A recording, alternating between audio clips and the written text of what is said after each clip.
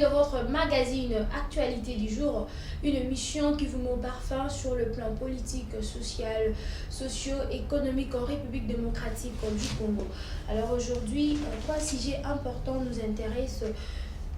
Procès Bukanga Lonzo, nous allons aussi parler de l'attaque de rebelles à Rutshuru. Et ensuite, pour en finir, nous allons parler sur la chanson qui font la toile sur la République démocratique du Congo, Ninyango Oyoto Salité Nambo Cannabis. Alors, je ne serai pas seule sur ces plateaux. Je reçois pour vous Chris Mukendi, c'est un communicateur de l'AFDC, le parti du sénateur Bahati. Bonjour. Merci Mingi Mama Consola, merci pour l'invitation. Na pesi mbote na bandeko nyonso o bazolanda biso na monga oyo. Mbote na baninga ozosana bon na kati ya service technique. Merci. Na bandike bandeko bazolanda biso bako lendisa mana mai to bana moko lelo na oitali actualité politique na kati ya mboka. Bien, merci. Donc, on t'a dit dans l'actualité de procès Bukanga Lonzo. La Cour constitutionnelle va se prononcer dans 8 jours. Alors, question Ezali, ancien Premier ministre a contesté compétence il y a Cour constitutionnelle. Il y a au cours, alors ma réaction par rapport à... Je crois que l'ancien Premier ministre Matata Ponyo a raison. Namoko pe tango n'aurait que alors que nous sommes à la Cour constitutionnelle, je m'étais posé la question parce que la Constitution est une chose claire. Moto que nous sommes à la Cour constitutionnelle, les anciens Premier ministre, les président en fonction, un Premier ministre en fonction. Or que depuis que Matata Ponyo a tiré la Premier ministre depuis 2016, donc à la Premier ministre en fonction, de ce point de vue-là, Matata Ponyo a quitté le Samba à la Cour constitutionnelle. Où ils allaient compétente pour juger président de la République en fonction, na Premier ministre en fonction. Donc je crois que ce qui a contesté qualité, il y a juridiction, il y a des sénateurs. Je crois que Azan a raison. Donc il y a solo tolingi justice samarati mboka, il y a solo tolingi motonyoso azala lolenge moko liboso libeko, mais kasi na ndenga ba procédure ya ba zuzi ezala que moto na moto azala na juge na benga juge naturel. Donc ngai lelo na banda na ngalima soki li kama ekomi soki na okende liboso ya zuzi na okende liboso ya zuzi ya kinkolete na okende liboso ya zuzi wa kitambote na okende na zuzi o azali ya commune ya ngalima esika ngai nazali. Donc je crois que Azan a raison, mais tous allez pour que procès en okende tina suka pour que les Congolais nyonso bayeba pona nini Bukanga Lonzo esimbaki te alors que misolo ebele echamaki na kati kuna pona koluka kosilisa nzala na kati ya mboka, kocrée misala na kati ya mboka, kosala ke mboka na biso Congo ezala capable ya kosilisa oyo ezali etumba ya malnutrition na kati ya mboka. Donc je crois que les Congolais choisissent que la procès wana na bokebi nyonso bayeba lumière, bayeba banani bazali ba responsable ya débâcle ya projet Bukanga Lonzo o ba Congolais so négocier. Voilà, alors tokotana deuxième question na biso, to mona ki bongo ba attaque ya ba rebelle na Rutshuru. Alors ba FARDC ba accusé M23. Alors M23 pe na ngambu na bango ba mekaki batarda kité na communiqué moko ba rejeté ki ba accusation wana. Alors un commentaire sur ça. Non, je crois que mon salaire armé n'a plus choisi que responsabilité. Mon salaire armé n'a plus choisi que si ça insécurité, la poche insécurité dans sa carte mboka. Donc je pense que tous en attend au salaire ba guerre on est à malobate, ba guerre médiatique, nanya salaki te. Mon salaire armé ezali kocha hors d'état de nuire moto nyoso. Azala congolais, azala étranger, ou azali koluka kotangisa makila ya bana mboka. Mikolo nyonso azali ko créer désolation. Donc pour Nabiso on est dans une guerre médiatique, je pense que M23 boyebi au bassin na kati ya mboka oyo. Donc ceux qui va impliquer au kabisa mototé, tu as dit que ils ont des groupes armés. C'est vrai que le commissaire un mouvement moko politique, la tranche militaire, mais tu as vu que Batoro et Bélé Bazalina Bango Nakati à Makambo Wana, Batika Bissala na tête Kino Lelo. Donc tu as dit que ils ont intéressé biso ba Congolais les alliés ko silisa et tumba nakati ya mboka na biso kokotisa kimia na bisika nyonso o lelo kimezalite. Voilà moi la mboka to meka un peu ko sala analyse kaka na mambo Italie état de siège wana. Jusque là non nous ba pesa bilan té. Comment est-ce que ils ont évolué? Combien de morts ils ont là? Combien de bateaux bazo baza vivants?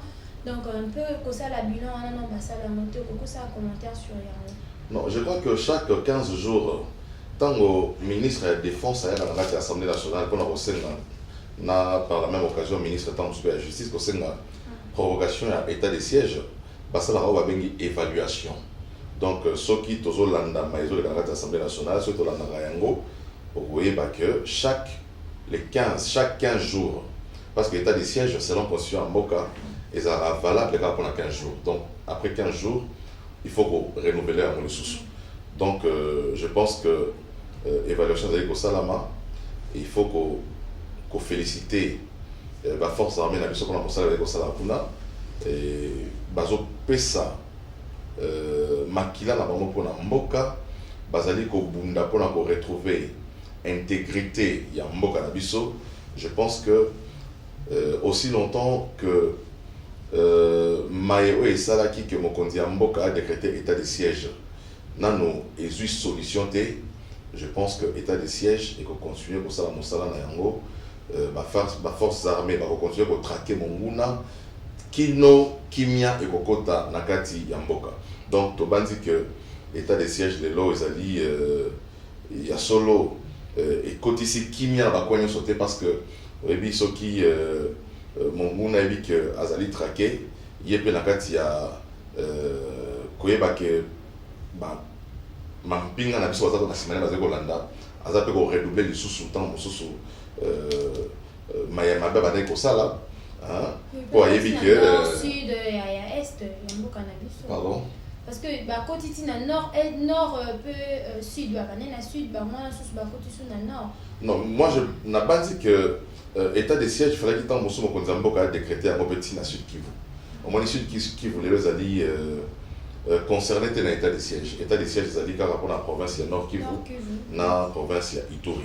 Mais je peux tout le monde dire dans la sud Kivu, et ça au sein de temps ce qui rendre efficace l'opération armée je pense que au sein de la Mokondi Mboka a décrété l'état de siège pour la province Sud Kivu.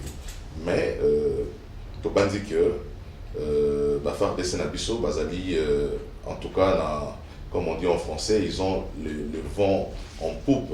Au ça que Bazali très en forme, Bazali reconquérir le territoire dans le village Nabiso, où ils sont occupés, Bazali détruire le bastion Nyoso, Yabanguna, et tout le monde qui n'a bilili Mikoletso les cas, bilan tant au sein bilan, nombre d'ADF Bazali tué, Bazali pévelé, Naba Bazali arrêté. Donc, tu as dit que les sous état de siège et qu'on produire vraiment des résultats qu'on est sur dans les causes. Voilà, et qu'on produit, malgré tout, on va continuer à falloir entamer le sujet. La vice-ministre et la défense Séraphine à Bouda Kibongo, mot d'ordre, il y a Deli Sissanga, président du parti en vol. Alors, réaction sur Yango premièrement. Maman Consola, au évitant de ça la politique, les Arabes ont aucune cosa de la Mboka. Parti politique Moroté et Salama pour basa la parti politique. Basa la parti politique pour conquérir le pouvoir et puis pour exercer le pouvoir. N'a pas dit que dans le cadre de la conquête il y a pouvoir yango et ça dit que les ngomba politiques il y a en vol, il y a mon amboka de lycée Sanga.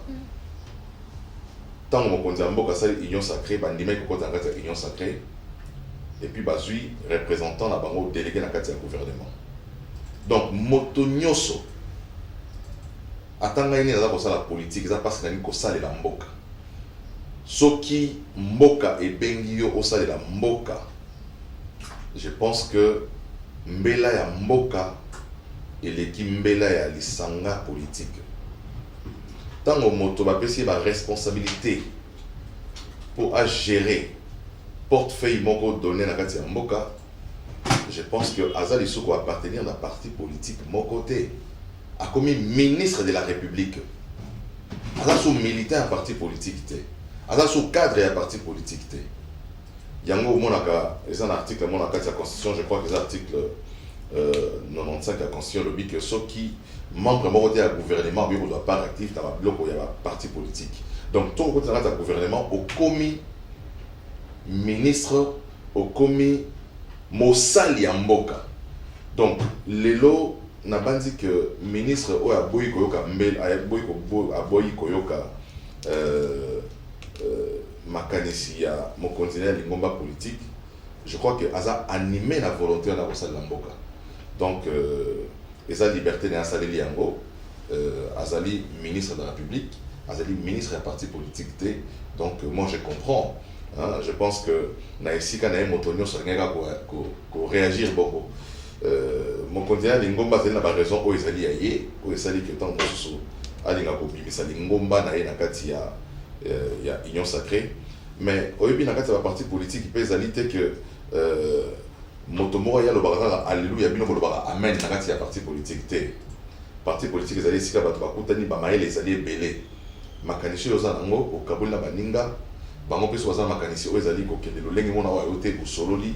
Et puis comme on dit en français des chocs des idées jaillit la lumière bozu makanisi a malamu e ko sunga namboka na lingomba politique na bino po o makanisi tant moso ebimi lelo ezali ko kende ko sunga mboka te elingi tant moso cela pour avoir intérêt à parti politique. Donc na bandi que ministre o yoka qui appelle ya mboka c'est benaki de ça mon sala pour mboka a décidé à servir sous les drapeaux, non pas drapeau à parti politique, mais drapeau à République démocratique du Congo. Parce que drapeau à parti politique, ils ont collé à drapeau il y a RDCT. Donc entre les drapeaux d'un parti politique et le drapeau de la RDC en tant qu'État, je crois que le choix est clair. Voilà, le choix est clair. Alors est-ce que n'a pas propos naé à Tenaki? Alors est-ce que baroki kosangisa parti politique na religion? Voilà, toujours wana, elle a tenu aussi des propos, le président Félix, son frère de l'église, dans ma bloc comment il y a bon. Alors est-ce que baroki kosangisa religion na comme étali politique? Parce que ce tozoni moi sima l'union sacrée, on est condamné l'église catholique. On est condamné l'église catholique. Pourquoi on bâtit comme ça, on va servir, mais au lieu de la marmite politique. Un commentaire sur ça. Non, je crois que ministre Tango Mosusu a raison, mais Azana qui l'olenge pour s'exprimer parce que Makambuya l'État, ils ont les Cambodais au frère de l'église, ils ont l'État. Et puis RDC tozali mboka ozali laïque. Je ne pense pas que Félix Tshisekedi Diazo qui ministre n'a pas affaire dans l'église. Je ne pense pas. Donc je crois qu'Azwa qui est parce que Azan a la compétence, Azwa qui est parce que l'ingoma n'est politique représentant qui est nation Azwa qui est en mosuko azali na bonne moralité. Il y a des critères où ça là que montant contre la gouvernement. Montant contre la gouvernement t'es pas semblé dans l'église morona président de la République. Et ça a raté dans mboka moko. Donc je crois que les attentes qui éléments aux autres permettre que à argumenter décision naé pour n'anger en tout cas ils allaient fondé comme justification. Je pense que il y a mon tué zéga kolba que adosa la mboka parce que mboka ils allaient pour ça naé benga ça la mboka. Voilà, et Bengi Asalamboka. Mon Amboka Chris Mukendi, je vous rappelle, c'est un communicateur de l'FDCA. Alors, depuis le vendredi dernier, un chant composé par le groupe Ampère et ça lit polémique dans la République démocratique du Congo. Vous êtes au courant de ça? Non, qui n'a pas dit pas peur, on a un beauté, mais on a un commentaire par-ci par-là. Donc, je comprends les contenus, il y a un zémoyango, mais non, on pense à l'indité. Voilà, la chanson nous parle ni autosalité, na République démocratique du Congo depuis l'époque de Mobutu na époque qui a Félix Tshisekedi. Tout le monde qui va ébélé bah mais quelqu'un peut réagir sur Yango, tout le monde qui Steve Mikai à ça là qui va propos sur Yango que non bazo attaquer seulement le président Félix Antoine Tshisekedi. Alors au côté ça va réaction par rapport nini o na mboka na biso to salité ou est-ce qu'ils ont tort ou raison par rapport à la chanson. Néna obaki dans la nina on disait beauté mais moi je pense que ce que ça y ngani na sagi nzembo nga batang mosu nini déjà to sali. Moi nzembo za nga teza ba parce que bazo des basalité o ezo les kana. Voilà. Époque ya Mobutu ti na époque affaire. Eza ma mbebeli na to salité. Toujours quand ça mosu to sali nyoso. Mais ça ma mbebeli na to salité. Ya liboso toza na bolingo mboka te. Toza na bato tant mosusu baza liboso na biso baye na makanisi ya kotambusa mboka mais tant ozotala ndenge mboka eza kotambola tozomona corruption eza makasi na mboka tozomona eza lokola na kati ya ndako ya yo moko tata okoti ozwi babiloko na congélateur obimi nango libanda ozomona alors que eza biloko eservi mpona ndako totobeta lisolo awa ya bokanga lonzo plus de 200 millions de dollars mbongo ebima po esala mosala mais esala mosala te. Donc ça veut dire que mbongo na biso ya ndako eza lisanga ya bato moko boye lokola baza na signature babimisi yango na kati ya banque mpo basalela yango lolenge bango balingi mais justification na bango ezali nini na kombo ya peuple ozomona. Je crois que ebele ya kosala na tosali te oyebi totoleka période bona kati ya mboka oyo na mokonzi ya biso ya kala Kabila alobaka makambo ebele les portes de la prison ba porte à prison ya kofungwama ba fini la récréation tout ça ba slogan mais tout le monde a dit récréation ça va continuer kati ya mboka. Ça veut dire que régime ezaki fondé sur impunité yiba bakokanga yo te boma na yo bakokanga yo te zoba bien l'état moto kotumisa yo te eza ba régime toti au final kati ya mboka oyo. Donc je crois que les lots tant d'autres ba procéder ba procès bokanga lonzo oyo ezali ba procès mo eza ko interpeller conscience ya peuple congolais au-delà du fait bazo sambisa moto oyo ya Gérard Kilobi mais ils avaient procès moko à caractère déjà pédagogique aux autres congolais que ceux qui lobby aux huit libaku ya ko servir mboka yeba que mboka eza libenga na yo te ko confondre poche na yo te na caisse ya l'état tozaki na kati ya mboka oyo ba détournement ebele mikolo nyonso na ba journaux scandale entreprise te scandale boye détournement na esika boye pona nini bato moko bazwaka pouvoir bakanga monoko ya IGF lelo mosala IGF ezali kosala ministre nyonso esika azali mandataire nyonso public esika azali aza kobanga kotia loboko na kesa l'état alobi soki na simbi boye alingi ete na bato ne bawaya kokwela ngai yawo yango mai bafai tosala bandakala ozomona mais tosalaki yango te donc bandeko to bazoloba nini oyo tosali te makambo ebele fai tosalaki te tozalaki na barégime ya impunité tozalaki na ba donc détournement ezalaki lokola mode ya gestion ya mboka ba liberté fondamentale ezalaki violée ba droit de l'homme ezalaki violé bandeko na biso nani Rossi Mukendi baboma ye awa na kati ya mboka oyo babomela biso Shebeya babomela biso Fidel Bazana babomela biso Armand Tungulu ozomona donc nini tosalaki effectivement droit de l'homme ezalaki te ozomona mais lelo siko na bandi que régime oyo ezali en place ezali régime oyo ezali kovandisa mai nyonso esalamaki te pour que les lotos to mérité kobengama pour bandeko ya parti présidentiel UDPS batelemeli yango surtout ba président ya ba parlement debout na ba rang na bango batelemeli yango pourquoi seulement ba président Félix or la chanson ezolobela depuis époque ya Mobutu tisiko est-ce que basé na raison to la chanson basé na bato ba composer chanson basé na raison par rapport ya ba situation ezoleka na mboka na biso parce que état de siège ba décréter ki yango nyonso ba décréter na ba lutter contre la corruption mais rien ne marche jusqu'à là peuple congolais bazolé. Je crois que makanisi bandeko to baza koyemba nzembo ezali succession ya makambo banda to banda indépendance na kati ya mboka ozomona ya solo lelo mokonzi ya mboka azali moko Félix Antoine Tshisekedi mais l'état ezalaka continuité. Ça veut dire que banda mokolo tozwaki indépendance na mboka responsabilité ya moto na moto ezali engagé na kati ya oyo ezosama kati ya mboka depuis 1960 Kasavubu azwaki bokonzi après Kasavubu ezalaki Mobutu après Mobutu musée de Laurent Désiré Kabila après ezalaki Kabila oyo amwana na ye oyo asuka ezali Félix Tshisekedi donc ezali je crois cumule omoni bandeko nyonso baza s'exprimer lelo.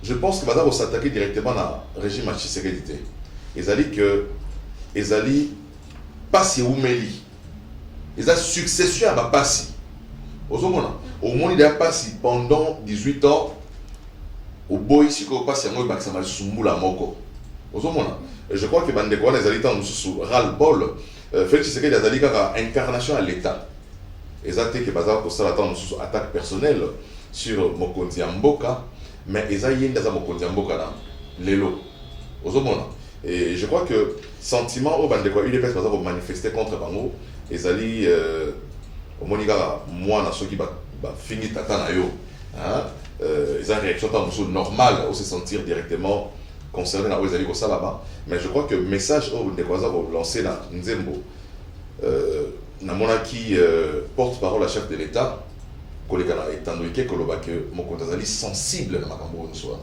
ozomona naokaki mpe porte-parole ya gouvernement ministre ya média na communication koloba que mokonzi ya mboka ayoki mbela wana azali kobunda po omoni donc et je crois que barégime oyo eleka kala nzembo wana soki oyembaki ota mosu na régime wana koza so na Kinshasa te mais bato bayebi nzembo bavandaka na Kinshasa bayembi yango na poto te ça veut dire que régime tout ça d'abord régime démocratique où ils ont ça que les jeunesse on a la liberté d'expression il faut battre en compte les lots nakati ya ba biloko bazolo ba au nom de salité les lots ils ont liberté d'expression aux ça là que bango ba yemba nzembo batambola pe na balabala na Kinshasa awo ils sont mona ba musu ba yemba nzembo contre le régime Kabila ba ya tata mboka o te na Kinshasa ba ça là on sika na poto parce que il y a des salons qui chassent.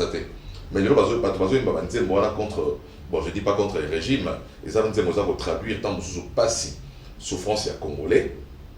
Quand on est dans le lobby, les gens disent au président Tshisekedi d'Azali. Il a fallu des politiciens, des couches politiques, des députés, des honorables, des bélango alors, des musiciens, des commis côté plutôt un peu que le président a sa solution à Mboka que oh bas approche il y a président Félix. C'est au moins une musique qu'ils allaient payer moyen moko ya communiquer. Musique elle est un message peut-être un patriotique. Na mboka musu toka ba pop parler bazoyemba ba Alpha Blondy bazoyemba nzembo pona mboka na bango ozomona to banzate que député aroloba mieux que musicien té député ta mazolo batam sur na kati ya assemblée nationale mais musicien ta mazo yemba zo contre banda konyoso moi je pense même que musicien mongo na yeke dans mon sika koleka mongo ya député parce que la fête ba robeta nzembo wana bato yo na fête ba yoka yango na ba boîte ba robeta nzembo wana bato ba yoka donc ezali nzembo zo permettre éveil à conscience populaire koleka ta muso mosala ya député mais la base c'est que ba député pe sika bazali basala ba mosala na bango moto na mwanda bosika zali alors ça la oaye mais je crois que tokyo pekisa musicien te asala na nzela ya nzembo na nzela ya maloba na ye à conscientiser la population à conscientiser peu banani bakonzi ya mboka o lelo bazali kokamba biso. Voilà, alors donc on parlait un peu sur meurtre, il y a madame Yvette Ifete, alors à la Kibongo victime, il y a mort. Alors, na synthèse wana tout le monde qui bon est prononcé par la justice. Alors, on va quelque chose par rapport à non, mais la justice, c'est celle de Moussala Nango. Je crois que Mboka Nabiso, Tozali, Mboka Pamba, Mboka Auto, a police à peine de mort. Moment où il monsieur Zaraso et Salam, il faut moto vraiment, même Nzambe, alors ben on a gâti à Biblia, œil pour œil, dent pour dent. Et ça va créer monsieur Zali tellement crapuleux que c'est un rapenza, il faut motoper ou à saler le courant à yépé, basala yango. Vous voyez? Mais les gens qui ont vu ça dans le bas, toza Mboka Auto a police à peine de mort, même si justice n'a vu ça à Kati peine à lobby, ils a peine de mort. Nandenge solo ezali que baroboma moto wana te arovanda na prison ti akokufa kuna na kati ya prison akosatana sur 60 ans 70 ans 80 ti akokufa akokaso boloko te ozomona donc bon ezali mosala ya justice totiki esali mosala nango bakondane moto akometaki meurtre wana donc bravo à la justice congolaise. Voilà, tout comme déjà projeté Nasuka émission Nabiso. Je vous rappelle, Chris Mouké, un communicateur de l'IDPS, plutôt de l'AFDCA, il a coupé sa biso au bout de la fin par rapport à l'émission Yamokola Lelo. Puis, à cause de ça, premièrement, d'abord, synthèse, dans l'actualité, nous sommes ça la ligne de médias dans Yamokola Lelo. Voilà, donc, pour nous reçu qui ça, nalinga qui na pesa mbela na bande konyoso. Au bazar sur la distraction, que 2023 élection dans la Katia Mboka. Nous avons la partie politique, dans Batindi, opposition essentiellement, au Batindi, dans la délégué dans la Katia Sémité. Batinda, parce que le train des élections est déjà en marche.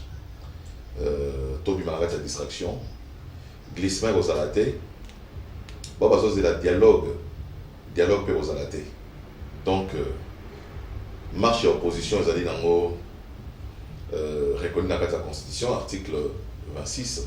Donc, ça la marche était, mais marche et changer l'euro dans la Mbokate. Et eux, ils vont changer, ils allaient bonne gouvernance, ils vont changer étant pour les Mboka. Ils allaient à l'élection, ils vont permettre à la bateau union sur le comme l'idée à Mboka, je m'accrois confiance, population européenne à travers les élections. J'appelle beaucoup plus la jeunesse congolaise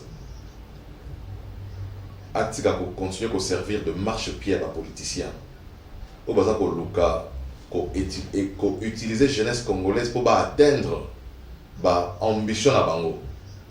Bato bazo bien abino bimalo na balabala lobby basala qui 18 ans à pouvoir, basala qui leur pour la jeunesse congolaise.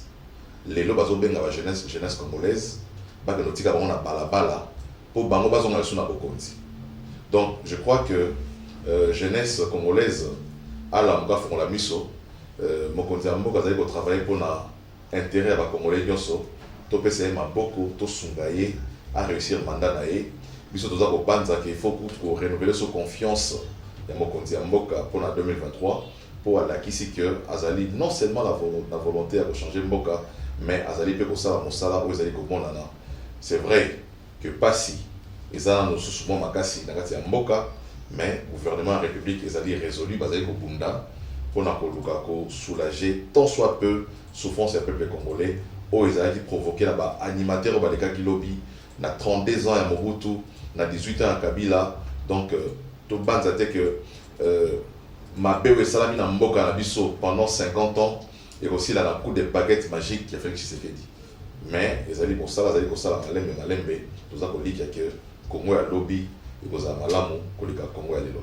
Voilà, toujours dit qu'il y a Congo, il y a lobby et Kozala, vous avez dit. Malamu, Congo et Alelo. Voilà, c'est ici que nous mettons fin à notre émission Actualité du jour. Un grand merci à mon équipe technique. Abonnez-vous massivement, appelez-nous comme vos commentaires et pour ça, améliorer la qualité à Moussa Nabiso. À la prochaine. Merci.